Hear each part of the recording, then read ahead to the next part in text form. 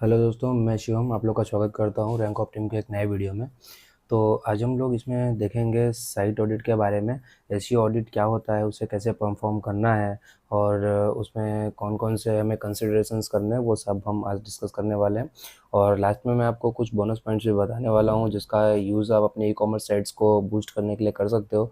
तो वीडियो को स्टार्ट करता हूँ और आपको सबसे पहले मैं इंडेक्सिंग बताता हूँ कि आज हम क्या देखने वाले हैं। तो जैसा कि इंडेक्स में आपको दिख रहा होगा कि हम टोटल 6 पॉइंट आज कवर करेंगे। पहला है क्रावली और वेबसाइट। तो साइट ऑडिट जब भी हम करने जाते हैं, यानी जिसको आप एसईओ ऑडिट भी बोल सकते हो, तो एसईओ ऑडिट में हमें ये 6 फैक्टर कंसिडर करने होते हैं हमेशा। जिसमें सबसे पहला आता है कि क्रावली और वेबसाइट। तो वेबसाइट को क्रॉल कैसे करते हैं, क्रावल होता क्या है, ये समझेंगे। चेक पेज स्पीड, यानी पेज की स्पीड क्या है। अब क्या पेज पेज का मतलब क्या कि आपका कलेक्शन का पेज होगा, प्रोडक्ट का पेज होगा, आपके ब्लॉगिंग के पेजेस होंगे, तो वो सभी की जो स्पीड होगी वो सब हमें एक बार देखना होगा। और जिस भी पेजेस के या उसके अलग चाइल्ड या पेरेंट जितने भी पेजेस बन रहे होंगे जिसमें स्पीड कम ज़्यादा हो रही होगी, उन सभी को हम सही करने का ट्राई करेंगे। देन थर्ड नंबर पे हम देखेंगे मोबाइल फ्रेंडलीनेस, यानी मोबाइल में आपकी वेबसाइट किस तरह से दिख रही है, मोबाइल के यूज़र्स के लिए उसका यूएक्स यूआई अच्छा है कि नहीं है, वो क्यों ज़रूरी होता है, उसका एक ऑडिट समझेंगे। Review on page SEO, on page SEO हम रिव्यू करेंगे और ऑन पेज एसईओ रिव्यू क्यों करना होता है उसका हम एक कारण समझेंगे। Check URL structure, on page में ही आपका यूआरएल स्ट्रक्चर आ जाता है, बट हम इसको अलग से समझेंगे कि यूआरएल स्ट्रक्चर हमारा कैसा होना चाहिए। एंड लास्ट पॉइंट हम समझेंगे evaluate internal linking. Okay, internal linking क्या होता है वो हम समझेंगे। ओके, तो चलो स्टार्ट करते हैं हम पहले पॉइंट से। तो यहाँ पहला है क्रॉली और वेबसाइट। ओके, अब यहाँ पे मैं आपको एक्सप्लेन करते जाऊँगा। देखो, अगर एक एक पार्ट को मैं प्रॉपर दिखाने जाऊँगा तो बहुत ही लॉन्ग वीडियो बनेगा। और ये बेसिक सी चीज़ें, अगर आपको कुछ भी क्वेरी रहती है तो आप डायरेक्ट साइट विजिट कर लो, या तो फिर आप डायरेक्ट कमेंट में ऐड करो, तो वहाँ पे भी मैं आपको रिप्लाई दे दूँगा। और इसके लिए बहुत सारे वीडियोज़ ऑलरेडी यूट्यूब पे पड़े हुए हैं, तो वहाँ से भी आप उठा के कंटेंट समझ सकते हो। ठीक है, तो पहला crawl your website. Use a website crawler tool to analyze all pages. Okay, all pages analyze करना होगा और आइडेंटिफाई ब्रोकन लिंक्स, एरर्स और रिडायरेक्ट्स। ओके, अब क्रॉलर क्या होता है, क्रॉलर होता ये है, या क्रॉल क्या होता है कि आपकी वेबसाइट है, ठीक है, और वो किस कौन से सर्च इंजन पे, यानी अलग अलग टाइप के सर्च इंजन होते हैं, ठीक है, जैसे गूगल हो गया, याहू हो गया, बिंग हो गया, ऐसे बहुत सारे सर्च इंजन्स हैं जिनका अपना खुद का क्रॉल इंजन चलता है, यानी खुद का उनका क्रॉलर्स हैं। और वो लोग उसके थ्रू ही बहुत सारी साइट जो मार्केट में लाइव हैं उन सभी के ऊपर जाके उनके कंटेंट वगैरह फेच करते हैं और उन सभी को अपने अंदर स्टोर करते हैं और क्रॉल करते हैं, जिससे कि जब भी यूज़र उनके ऊपर आके यूज़ करें और सर्च क्वेरी स्ट्रिंग चलाएं तो वो उन रिजल्ट्स को प्रॉपर शो कर सकें। ठीक है, तो इस तरह से अपने क्रॉल होती है साइट, अलग अलग टाइप के सर्च इंजन्स में क्रॉलिंग होती है। अब क्रॉलर्स क्या होते हैं, तो जैसे सर्च कंसोल होता है, गूगल का जो सर्च कंसोल टूल है, ओके, गूगल का सर्च कंसोल टूल है, इसका यूज़ हम किस लिए करते हैं, तो इसका यूज़ हम इंडेक्सिंग करने के लिए यूज़ करते हैं। इंडेक्सिंग करते हैं, इंडेक्सिंग के अलावा हम अपने सारे पेजेस के एनालाइज वहाँ पे कर सकते हैं कि हमारे कौन से पेजेस ब्रोकन है, हमारे कौन से पेजेस में एरर है, हमारे पेज में कौन किसका स्पीड ज़्यादा है कम है, या जितने भी टाइप के इंटरनल एरर्स हो सकते हैं वो हमें वहाँ से मिल जाते हैं। इसी तरह से गूगल के अलावा बिंग वेब मास्टर टूल होता है, तो अगर आप बिंग में भी आपके सबमिशंस होते हैं, आपकी वहाँ पे भी साइट मैप बने हुए हैं, तो आप वहाँ पे भी जाके चेक कर सकते हो। बट बेटर है कि सर्च इंजन हम गूगल में जाएं, क्योंकि most of area Google he cover करता है, मोस्ट ऑफ रिजल्ट जो है गूगल के ही यूज़ होते हैं, देखे जाते हैं, तो फिर हम वहाँ पे search console is better option.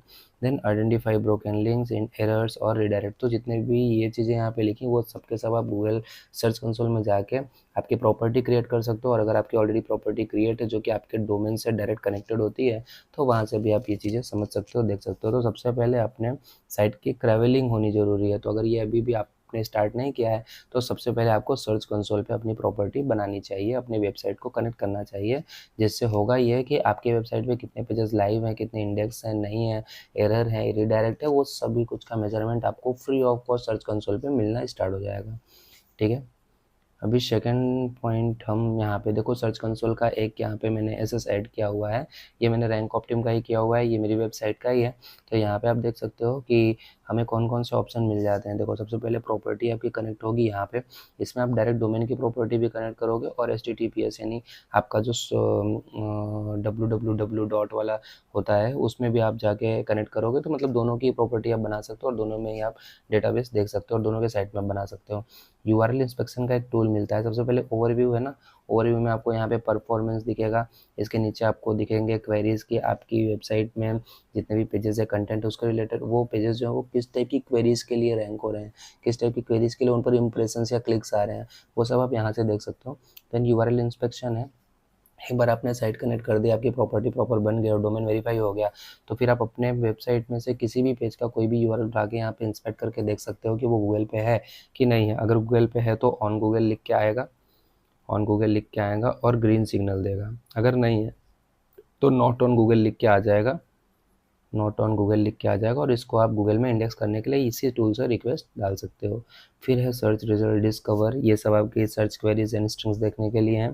फिर कितने पेजेस आपके इंडेक्स हुए हैं, कितने पेजेस नॉन इंडेक्स है वो देख सकते हो। वीडियोस, स्नाइपेट्स, साइट मैप्स, रिमूवल्स, ये सारी चीज़ें आपको यहाँ पे मिल जाती हैं साइड बार में। ठीक है, तो बहुत ही अच्छा टूल है। अगर नहीं स्टार्ट किया तो स्टार्ट करिए, कोई क्वेरी आती है तो आप डायरेक्ट कमेंट में पूछ सकते हो। ठीक है, अभी नेक्स्ट है चेक पेज स्पीड। अभी पेज स्पीड में चेक करना हो तो हम पेज की स्पीड कैसे चेक करें, तो इसके लिए भी गूगल ने एक बहुत अच्छा टूल दे रखा है, पेज स्पीड इनसाइट। अदरवाइज अगर आप थोड़ा टेक्निकल नॉलेज रखते हो तो आप लाइट हाउस में भी जाके चेक कर सकते हो।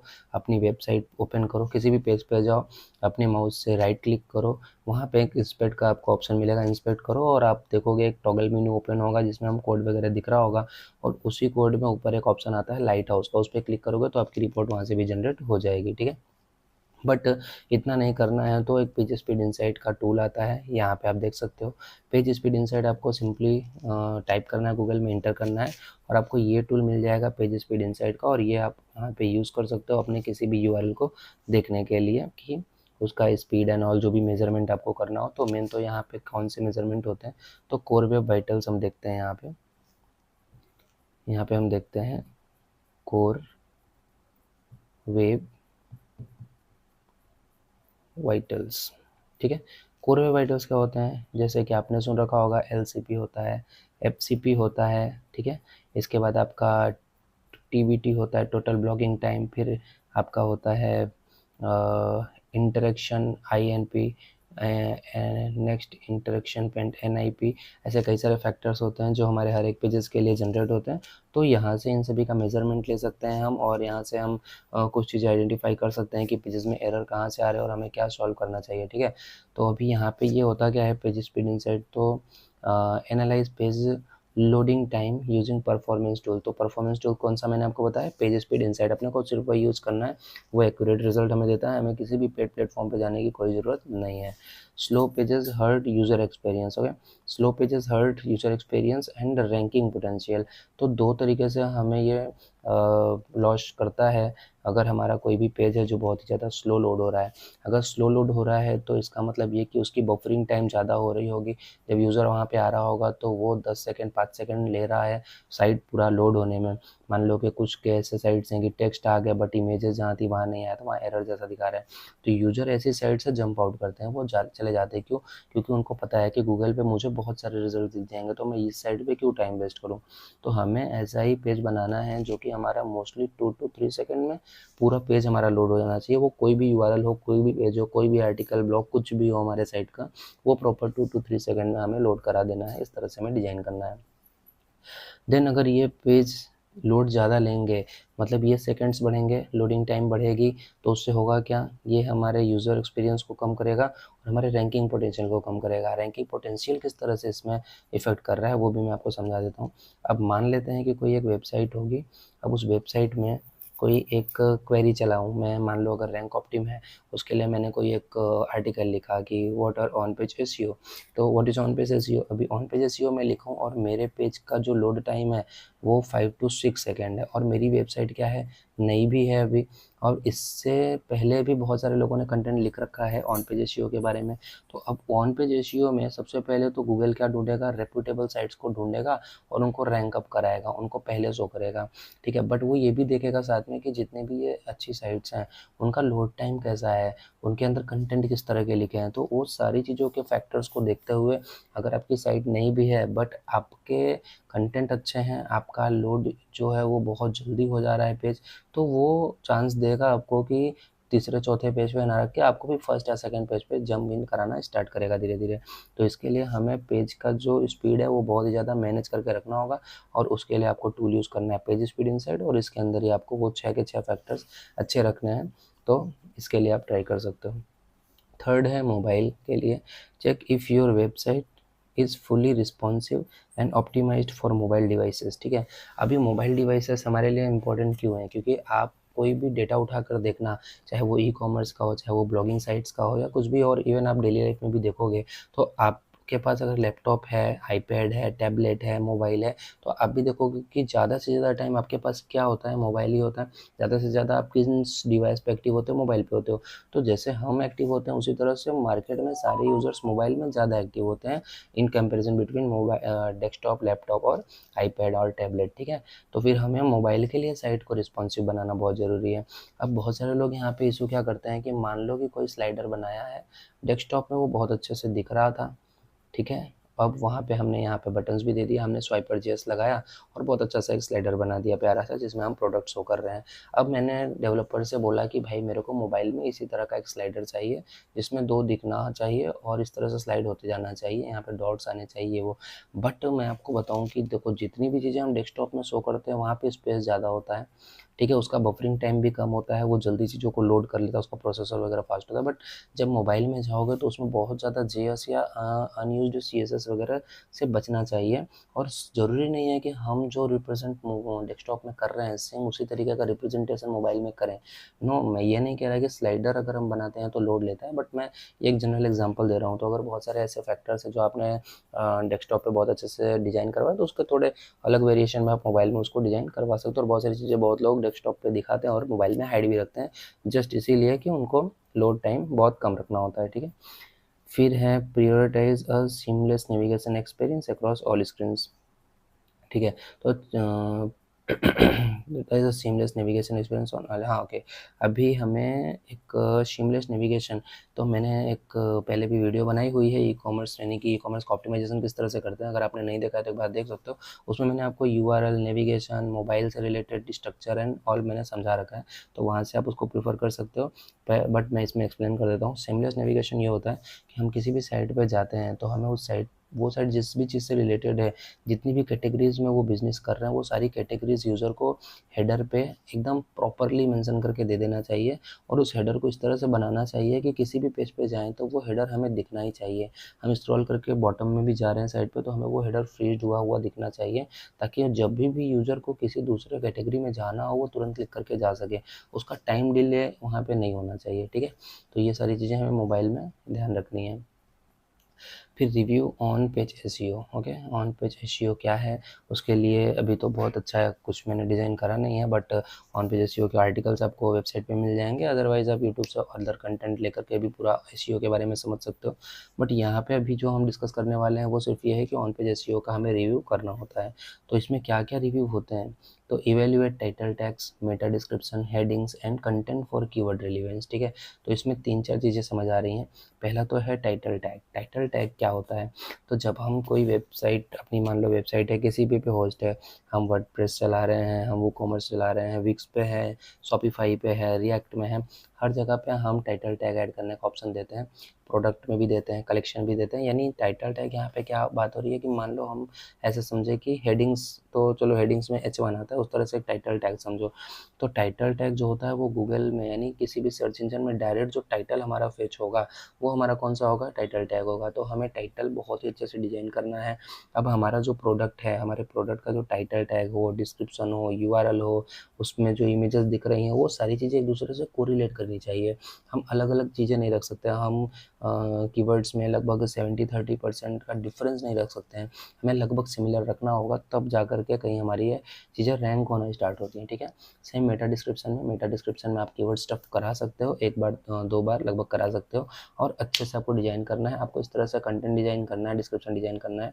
पहली बात तो जो लिमिट के अंदर हो, यानी 60 एंड 160 जो जनरल हमें क्राइटेरिया बताया गया है पहले, उन चीज़ों में ही हमें रहना है, उन्हीं चीज़ों में हमें वर्क करना है, क्राइटेरिया से बाहर नहीं जाना है। बट हमें उसी क्राइटेरिया में रहते हुए ही ऐसे डिस्क्रिप्शन डिज़ाइन करने हैं जो यूज़र फ्रेंडली भी हो और सर्च फ्रेंडली भी हो, यानी गूगल भी समझ सके कि जिस प्रोडक्ट की क्वेरी, जिस पेज या किसी भी इंक्वायरी से रिलेटेड कोई क्वेरी आई है यूज़र साइड से, उससे रिलेटेड इसके पास कोई पेज है, तो वो आपको रैंक करना शुरू करेगा। ठीक है, तो इस तरह से अपने को ध्यान देना है। देन हेडिंग्स आती हैं। अब हेडिंग्स में हमारी H1 से लेकर के H6 तक आता है। ठीक है, H1 से H6 तक आता है।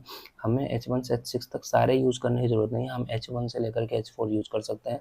हर एक पेज पे केवल एक H1 हमारा होना चाहिए, इससे ज़्यादा H1 नहीं होना चाहिए, और H1 एक तो कंपलसरी ही है, होना ही चाहिए। तो अगर नहीं है तो सबसे पहले वो आपको सही करना है कि आपके जिस भी वेबसाइट के किसी भी पेजेस में अगर H1 नहीं है तो आपको वहाँ पे H1 रखने की ज़रूरत है। ठीक है, फिर हेडिंग्स में हम H2 में जाते हैं, H3 में जाते हैं, और H4 तक में भी हमें हेडिंग्स बना लेनी चाहिए।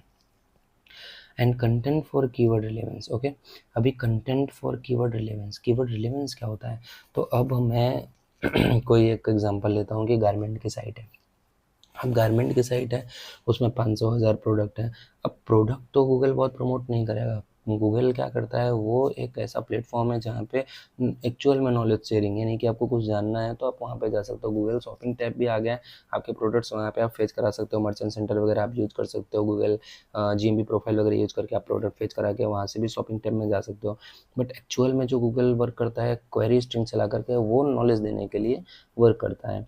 तो अब वो जब भी आप कोई सर्च क्वेरी चलाओगे तो वो पहले देखेगा कि ये प्रोडक्ट ओरिएंटेड है या नॉलेज ओरिएंटेड है। अगर वो प्रोडक्ट ओरिएंटेड है तो भी पहले वो ब्लॉग्स एंड बाकी चीज़ों को दिखाने की ट्राई करेगा जिन पे ज़्यादा रिलेवेंसी होगी यूज़र के अकॉर्डिंग। ठीक है, तो हमें कीवर्ड कंटेंट भी डिज़ाइन करना है ऐसे कि हमारे जो प्रोडक्ट एंड कलेक्शंस एंड हमारी इंडस्ट्री, हमारा जो USP है, उन चीज़ों को प्रेजेंट कर सके। इस तरह का हमें कंटेंट डिज़ाइन करना है जो यूज़र के लिए भी हेल्पफुल होना चाहिए और हमारे लिए भी हेल्पफुल होना चाहिए, और सर्च इंजन के लिए भी हेल्पफुल होना चाहिए, वो समझ सकें कि वो सामने यूज़र को क्या दिखाने वाला है। ठीक है, then ensure each page has unique and compelling meta description. Okay, तो मेटा डिस्क्रिप्शन हमें बहुत बार डुप्लीकेट नहीं करना है। देखो ये इशू बहुत आता है SEO जब हम करते हैं किसी साइट का, तो हमें एक इशू आता है कि हमारा 10 प्रोडक्ट है, कोई सिमिलर टाइप का, कोई 10 प्रोडक्ट समझ लो, मतलब मान लो राउंड नेक टी शर्ट में हमारे पास 10 टी शर्ट पड़े हैं, 10 कलर में अलग अलग होंगे, 4 साइजेस में अलग अलग होंगे। तो हमें इस तरह से ही कुछ डिस्क्रिप्शन डिज़ाइन करना है।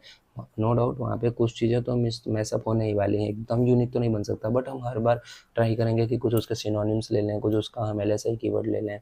तो इस तरह से हमें कुछ थोड़े बहुत फेरबदल करके ही डिस्क्रिप्शंस रेडी करना है, एकदम सिमिलर डिस्क्रिप्शन से हमें बचना है। ठीक है, फिर है optimize heading structure and optimize heading structure, यानी हेडिंग स्ट्रक्चर भी हमें थोड़े अलग अलग डिज़ाइन करना है। जैसे कभी हमने by this product online and round neck T shirt online, ऐसे करके हम अलग अलग टाइप के कुछ कीवर्ड्स के वेरिएशन बना सकते हैं जो अपने हम टाइटल टैग और हेडिंग में यूज करेंगे। ठीक है, तो इस तरह से हमें ऑन पेज का रिव्यू करना है। अभी यहाँ पे मैंने 4 एग्जांपल ऐड किए हुए हैं, मैं आपको वो दिखा देता हूँ। जैसे एग्जांपल के लिए LeBron diamond ring 30 days free return. अब ये किस तरह से वर्क करेगा? अब इसका जो प्राइमरी कीवर्ड है वो कौन सा है? लेब्रॉन डायमंड रिंग है। आप URL में देख रहे होगे तो आपको दिख रहा है कि रिंग इसने लिया हुआ है, यानी डोमेन के जस्ट केवल रिंग लिया हुआ है। तो ये टेक्निक अच्छी नहीं है, ये रैंक कर भी रहा है तो या तो इसकी ब्रांड अथॉरिटी अच्छी होगी, या तो फिर इसका डोमेन कुछ ज़्यादा अच्छा होगा, या तो गूगल के पास इससे अच्छा ऑप्शन नहीं होगा दिखाने के लिए, तो ही वो इनको रिप्रेजेंट करेगा ऐसे URL के लिए। अदरवाइज इनका टाइटल अच्छा है, LeBron diamond ring 30 days free return. अब ये जो 30 डेज फ्री रिटर्न है ये हमारा CTR बूस्ट करता है, मतलब कोई ऐसा एक कमिटमेंट हम दे रहे हैं उसको जिससे यूज़र थोड़ा सेफ फील कर रहा है, तो वो इन चीज़ों को विजिट करेगा, वो पेज पे आ सकता है और वो कन्वर्ट भी हो सकता है। देन डिस्क्रिप्शन में देखोगे तो डिस्क्रिप्शन में भी कई बार आपको रिपीटेड मिल सकते हैं, जैसे infinity, chevron, criss, cross and many more design. देखो यहाँ पे डिस्क्रिप्शन में इन्होंने क्या कर रखा है, डिज़ाइंस बता दिए हैं रिंग की कि कौन से टाइप की डिज़ाइंस हमारे पास ज़्यादा अवेलेबल हैं। एंड नीचे लेब्रॉन डायमंड रिंग करके उन्होंने वापस कीवर्ड्स वगैरह फेच किए हुए हैं। तो हमें टाइटल में, यूआरएल में, डिस्क्रिप्शन में मोस्टली टाइम हमें ट्राई करना है कि हमारे जो प्राइमरी कीवर्ड्स हैं वो एक बार इंक्लूड तो ज़रूर हो जाने चाहिए, तो इससे आपकी बेटर रैंकिंग बढ़ेगी। ठीक है, फिर सेकंड है get the perfect lab grown diamond engagement ring. Then इसमें भी आप देखो तो lab grown diamond engagement ring description में भी लिया हुआ है, एंगेजमेंट रिंग यूआरएल में लिया हुआ है। ठीक है, तो कहीं ना कहीं चीज़ों को ये सिमिलर रखेंगे तो ये चीज़ें रैंक होंगी। इस तरह से थर्ड वाला और फोर्थ वाले में भी सेम कॉन्सेप्ट है। अभी आते हैं नेक्स्ट पॉइंट पे, चेक यूआरएल स्ट्रक्चर। देखो यूआरएल स्ट्रक्चर में आपको बता देता हूँ कि इसको एक यूआरएल स्लैगिंग भी कभी कभी बोलते हैं। अभी यूआरएल स्ट्रक्चर में करना क्या है, तो review URLs for clarity and keyword inclusion. ठीक है, अब मान लो कि मैं कोई यूआरएल बनाऊँ तो उसमें domain.com स्लैश करके बने। अब मैं यहाँ पे लिख रहा हूँ round neck black cotton fabric T shirt for man. अब ये जो है ये यूआरएल कम लगेगा और लॉन्ग टेल कीवर्ड ज़्यादा लगेगा। तो हमें ये ऐसे सारी चीज़ें लेनी है कहाँ पे, डिस्क्रिप्शन वगैरह में ले लो, थोड़ी थोड़ी पार्ट डिस्क्रिप्शन में ले लो। इसको थोड़ा शॉर्ट करके टाइटल रेडी करो क्योंकि ये 60 कैरेक्टर से ज़्यादा ही हो जाएगा। बट हमें यूआरएल बहुत ही ज़्यादा कंसाइज रखना है और एकदम एक्चुअल उन कीवर्ड्स को ही लेना है जिसको हम एक्चुअल में प्रमोट करना चाहते हैं। जैसे अगर round neck black cotton fabric T shirt for man की बात करें तो राउंड नेक टी शर्ट जो है ये हमारा मेन यूआरएल हो गया। ठीक है, अब मान लो कि राउंड नेक टी शर्ट में तो भाई हमारे पास बहुत सारे प्रोडक्ट है, तो कैसे करें, तो फिर उसमें क्या करने का, फिर कलर ले लेने का, कभी साइजेस ऐड कर देने का, देन मेन एंड वुमेन ऐसा कुछ ऐड करने का। बट लाइन से इतना बड़ा यूआरएल कभी भी डिजाइन नहीं करने का। ठीक है, तो कंसाइज रखना है हमें, अवॉइड लॉन्ग कॉम्प्लेक्स और डायनेमिक यूआरएल्स, जो कि मैंने ऊपर आपको एक्सप्लेन किया वही चीज़ यहाँ पे लिखी है कि लॉन्ग यूआरएल हो, कॉम्प्लेक्स यूआरएल हो, डायनेमिक यूआरएल हो, वो चीज़ें हमें अवॉइड करनी है। And aim for clean descriptive URLs. ठीक है, तो हमारा डिस्क्रिप्टिव यूआरएल मतलब ये नहीं है कि हमने उसमें मेटा डिस्क्रिप्शन भर दिया, नहीं, हमें छोटा ही रखना है उसको, बट हमें उसको क्लीन रखना है। हमें उसको ऐसा रखना है कि उसका एक्चुअल में मीनिंग निकल के आ रहा हो और सर्च इंजन उसको समझ पा रहा हो, क्योंकि वो यूआरएल पहले पढ़ेगा, फिर हमारी हेडिंग्स पढ़ेगा, फिर हमारे मेटा डिस्क्रिप्शंस पढ़ेगा और वो तब हमारी रैंकिंग पोजीशन डिसाइड करेगा। That are easy to understand for user and search engine. Okay, good. अभी नेक्स्ट है evaluate internal linking. Internal linking क्या होती है, ठीक है। अभी इंटरनल लिंकिंग क्या होगी, मान लो कि आपकी वेबसाइट है, वेबसाइट में आपकी इस तरह से बहुत सारे प्रोडक्ट होंगे, पेजेस होंगे, कलेक्शंस होंगे, पॉलिसी के पेजेस होंगे, ब्लॉग्स होंगे। ठीक है, अभी इन सभी पेजेस को आपस में अगर मैं कनेक्ट करवा दूं जो कि एक दूसरे से रिलेवेंट होने चाहिए, तो इन्हीं लिंकिंग्स को क्या बोला जाता है, इंटरनल लिंकिंग बोला जाता है। यानी आपकी वेबसाइट के एक पेज से किसी दूसरे पेज पे अगर हम लिंक कर सकते हैं और जंप आउट कर सकते हैं तो उसी को हम क्या बोलते हैं, इंटरनल लिंकिंग बोलते हैं। ठीक है, ensure that internal links are logical. ठीक है, लॉजिकल होना चाहिए। लॉजिकल का मतलब क्या है, अब मान लो कि मैं टी शर्ट, एक मेरे स्टोर है ई कॉमर्स का जिसमें मैं टी शर्ट सेल करता हूँ, उसी पे मैं स्कर्ट भी सेल करता हूँ। ठीक है, अब एक प्रोडक्ट है जो यूनिसेक्स है, एक प्रोडक्ट है जो आजकल तो ये भी यूनिसेक्स हो गया है वैसे, बट एक है जो लड़कियों के लिए है स्कर्ट्स। ठीक है, अभी यहाँ पे जो टी शर्ट है उसका कोई प्रोडक्ट हो और मैं उसके अंदर दूसरा एक प्रोडक्ट की इंटरनल लिंक करा रहा हूँ स्कर्ट के लिए, तो यहाँ कोई लॉजिक सेट नहीं हो रहा है, क्योंकि टी शर्ट के साथ में स्कर्ट, तो ऐसा कोई लॉजिक सेट नहीं हो रहा है, क्योंकि एक हो गया यूनिसेक्स और एक हो गया सिर्फ फीमेल्स के लिए। ठीक है, बट यहीं पे अगर मैं टी शर्ट की लिस्टिंग ओपन करूँ और ब्लैक कलर का एक टी शर्ट है बट मेरे पास उसके और भी वेरिएशन अवेलेबल हैं, तो मैं उसमें नीचे एक इस तरह से ग्रिड बनाऊं जिसमें मैं उसका 4 अलग वेरिएशन और दिखाऊं कि भाई सेम टी शर्ट मेरे पास रेड में है, येलो में है, पिंक में है और ब्लू में है, और इन सभी को इस पेज से कनेक्ट कर दूँ। तो अब ये चारों कनेक्ट हो गए इससे, यानी टोटल कितने हो गए, 5 लिंक बन गए हमारे इंटर कनेक्टेड वाले। और ये स्ट्रेटेजी हमारी वर्क करती है, इसी को बोलते हैं कि लॉजिकल लिंक हमें डिजाइन करना है। Then easy to use follow. ठीक है, फॉलो इजी हो जाए एंड रिलेवेंट हो, बस जो मैंने आपको टी शर्ट वाला एक समझाया, रिलेवेंसी उसी को बोलते हैं। A good internal linking structure enhances navigation and passes link equity to important pages। ठीक है, तो अगर हमने प्रॉपर डिजाइन कर रखा है इंटरनल लिंक को एक दूसरे से, तो कई बार ये होता है कि मल्टीपल चेकआउट्स हमारे हो जाते हैं और यूज़र जल्दी कन्वर्ट हो जाते हैं। ठीक है, फिर आते हैं 7th पे, एनालाइज कंटेंट क्वालिटी। अब कंटेंट की क्वालिटी क्या होती है, तो content quality means review website content for originality, यानी सबसे पहले तो डुप्लीकेट नहीं होना चाहिए कि भैया चैट जीपीटी में गए और वहाँ पे एक प्रॉम्प्ट लिखा कि भाई आज तो कंटेंट लिखने के लिए मेरे को मिला है, ये रहे 4 टॉपिक, लो फटाफट लिख दो, और उसने फटाफट हज़ार वर्ड के आपको कंटेंट बना के दे दिए। बट ये स्ट्रेटेजी आपकी काम नहीं करेगी कतई, क्योंकि चैट जीपीटी और अदर एआई टूल्स जो भी हैं वो कंटेंट कहीं ना कहीं दूसरा जगह से उठा करके और आपको चिपकाना स्टार्ट कर देंगे। ठीक है, हम ये नहीं कहते हैं कि भाई चलो हम बहुत ज़्यादा यूनिक बना लेंगे। जैसे एग्जांपल है कि डायमंड रिंग के बारे में लिख रहे हो तो डायमंड रिंग आपको यूज़ करना पड़ेगा, उसको कुछ और वर्ड क्या यूज़ करोगे।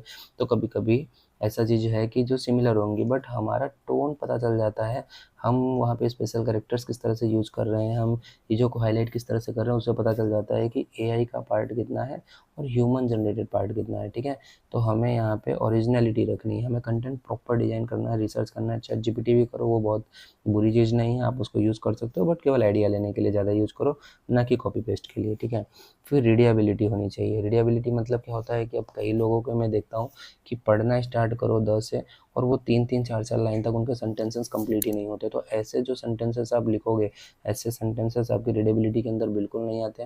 रीडेबिलिटी में एक और चीज़ होती है कि बहुत हार्ड वर्ड यूज़ नहीं करना है हमें। हमें हमेशा ये सोच कर ही लिखना है कि हम जो वर्ड यूज़ करने वाले हैं वो एक जनरल बच्चा भी अगर पढ़े तो उसको समझ में आ जाना चाहिए कि भैया चलो क्या लिखा हुआ है। ठीक है, एंड कीवर्ड ऑप्टिमाइजेशन, हमें कीवर्ड का ऑप्टिमाइजेशन भी प्रॉपर करना है। मान लो जिस भी टॉपिक को आप सिलेक्ट कर रहे हो, जिस भी टॉपिक के लिए आप कंटेंट लिख रहे हो, अच्छा अब ये सिर्फ आर्टिकल की बात नहीं है, आप प्रोडक्ट के डिस्क्रिप्शन लिख रहे हो, आप मेटा डिस्क्रिप्शन लिख रहे हो, तो इन सभी में आपको क्या करना है कि कीवर्ड का ऑप्टिमाइजेशन करना है। बहुत बार एक्सेस कीवर्ड यूज़ नहीं करना है, आपको भर नहीं देना है उसमें। हमें हमेशा उसके लिए सिनोनिम्स है, एलएसआई कीवर्ड्स है, ये सभी यूज़ कर लेने हैं। Then content should provide value to users, be engaging होना चाहिए, and include appropriate keywords without over stuffing. Okay, over stuffing कर सकते हो, पहले स्टफिंग भी मना था बट अब स्टफिंग आप कर सकते हो, लेकिन ओवर स्टफिंग नहीं करना है आपको। ठीक है, और किसी भी चीज़ का ओवर होता है तो वो अच्छा नहीं होता है हमारे लिए। ठीक है, फिर अभी आते हैं, लास्ट स्लाइड है ये, रिव्यू बैकलिंक्स। अब आ गया ये ऑफ पेज का। ठीक है, तो ऑफ पेज के लिए भी आप अगर क्लियर नहीं हो तो पहले आप 1-2 वीडियो ऑफ पेज के देख लो, एक आध आर्टिकल्स पढ़ लो, फिर आपको क्लियर हो जाएगा ऑफ पेज क्या होता है। इसमें है analyse the quality and quantity of backlinks. ठीक है, अब जब भी हम बैकलिंक की बात करते हैं तो क्वालिटी ओवर क्वांटिटी एक हमें सेंटेंस या कि इसको वर्ड कह लो कि ये हमें कहा जाता है वन वर्ड की क्वालिटी ओवर क्वांटिटी। तो भैया ऐसा है कि एक वेबसाइट है, यहाँ पे मैं 2 वेबसाइट लेता हूँ, एक है ए, दूसरा है बी। इस वेबसाइट के पास में 1000 जितने बैकलिंक हैं।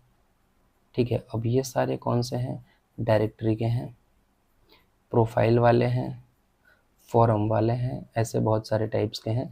बट इन सभी के जो DRAS है वो 5 है, 7 है, 12 है, 15 है, 20 है, 30 है, इस तरह से है। बट यहाँ पे जो बी वाला है इसने क्या किया कि इसने ऑथर्स पकड़े, इसने थोड़ा खर्चा किया और इसने अच्छी मैगजीन वाली जो साइट्स थी उन सभी से बैकलिंक बनाने की रिक्वेस्ट करी, और इसको मिल गए कुल 10 ऐसे मैगजीन जो यूएस मार्केट में अच्छे से चल रहे थे, उनका ऑर्गेनिक बहुत अच्छा था, और उन 10 के साथ में इसने कोलेब्रेशन करके लिंक ले लिया। हाँ, कुछ डॉलर इसने खर्च जरूर किए बट इसको लिंक वहाँ से मिल गया।